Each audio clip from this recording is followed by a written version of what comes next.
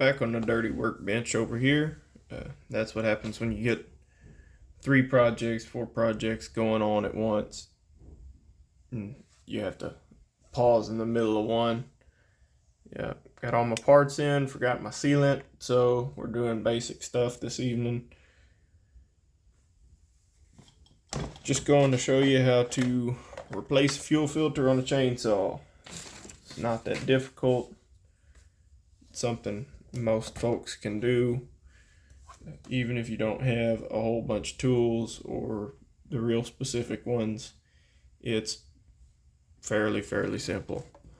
All you're going to do on these Stihls, they have this little plastic retainer. You kind of fish it out of there.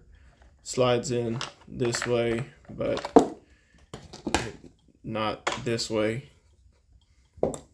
That's fairly simple.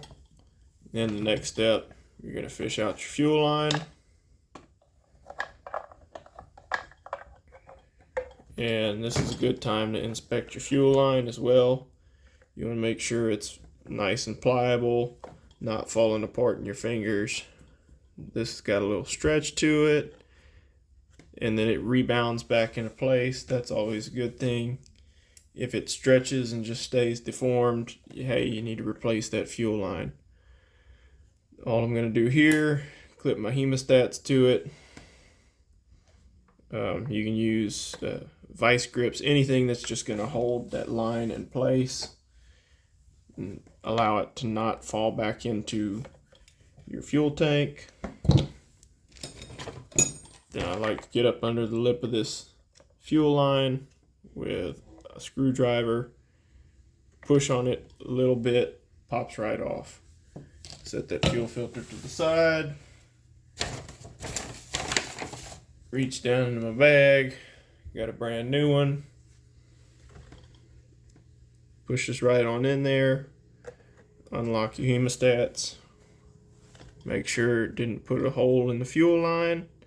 Again, if that was all it took to put a hole in that fuel line, probably need a new one. If I recall correctly, these green fuel lines are ethanol resistant, so that's what you should be running nowadays. If you run across some older Stihl equipment and it has black fuel lines, now this is older stuff. I don't know. They change colors on pieces of rubber throughout the years, but as a general rule, on the when I say older, I guess in the past 10 to 15 years, green line I think is ethanol resistant. Black line was back before they started trying to put ethanol in the fuel.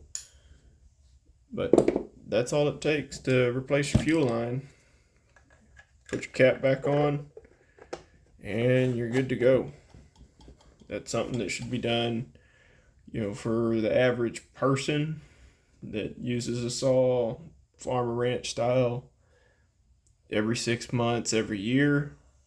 The professional that's using a saw every day, you may want to look into doing that once a month, once every other month. It's a simple maintenance item, and you'd feel pretty silly if you took your saw into a shop or any of your two-stroke equipment to a shop because it was acting up, and get it back and they say, oh, yep, all we did was put a fuel filter on it and it was good to go. Fuel filter, spark plug, air filter, that's your two-stroke maintenance on handheld power equipment.